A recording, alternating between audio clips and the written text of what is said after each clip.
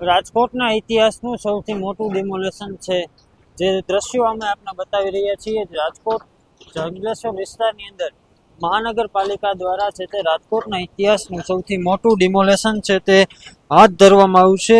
જે રીતે વાત કરવામાં આવે તો જેના પર સમગ્ર ગુજરાતની નજર છે. આ કામગીરી માટે સમગ્ર જંગલેશ્વર વિસ્તારને 7 ઝોનની અંદર વહેંચવામાં આવ્યું છે. દરેક ઝોનમાં જે રીતે વાત કરીએ તો વર્ગ 1ના અધિકારી, તકનીક સ્ટાફ, સુપરવાઇઝર તથા ફિલ્ડ કર્મચારીઓની નિમણૂક છે તે કરવામાં આવી છે. ઓપરેશનની અંદર 64 થી વધુ JCB, 90 tractor, 7 ઇટાચી, 50 breaker, 42 gas cutter અને 14 ડમ્પર સહિત 260 થી વધુ મશીનો સાથે માઇક્રો મેનેજમેન્ટનું પ્લાનિંગ છે તે મહાનગરપાલિકા દ્વારા કરવામાં આવ્યું છે. અને આ સીધા દ્રશ્યો આપ જોઈ શકો છો કે રાજકોટના ઇતિહાસનું સૌથી મોટું ડિમોલેશન છે તે જંગલેશ્વર વિસ્તારની અંદર રાજકોટ મહાનગરપાલિકા દ્વારા શરૂ કરી દેવામાં આવ્યું છે.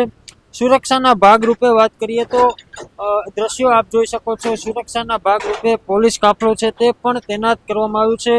2500 થી વધુ પોલીસ જવાનો અને અર્ધ લશ્કરી દળો તૈનાત કરવામાં આવ્યું છે. અત્યાર સુધીમાં વાત કરીએ તો 1026 મકાનો, જે રીતે મહાનગરપાલિકા દ્વારા માહિતી મળી છે તે રીતે 1026 મકાનો છે તે લોકોએ સ્વૈચ્છિક રીતે છે તે ખાલી કરી દેવામાં આવે છે. જ્યારે બાકીની કામગીરી પર 25 જેટલા ડ્રોન કેમેરા અને 30 વોકી ટોકી સેટ દ્વારા ચાંપતી નજર છે તે પોલીસ દ્વારા અને રાજકોટ મહાનગરપાલિકા દ્વારા રાખવામાં આવી રહી છે.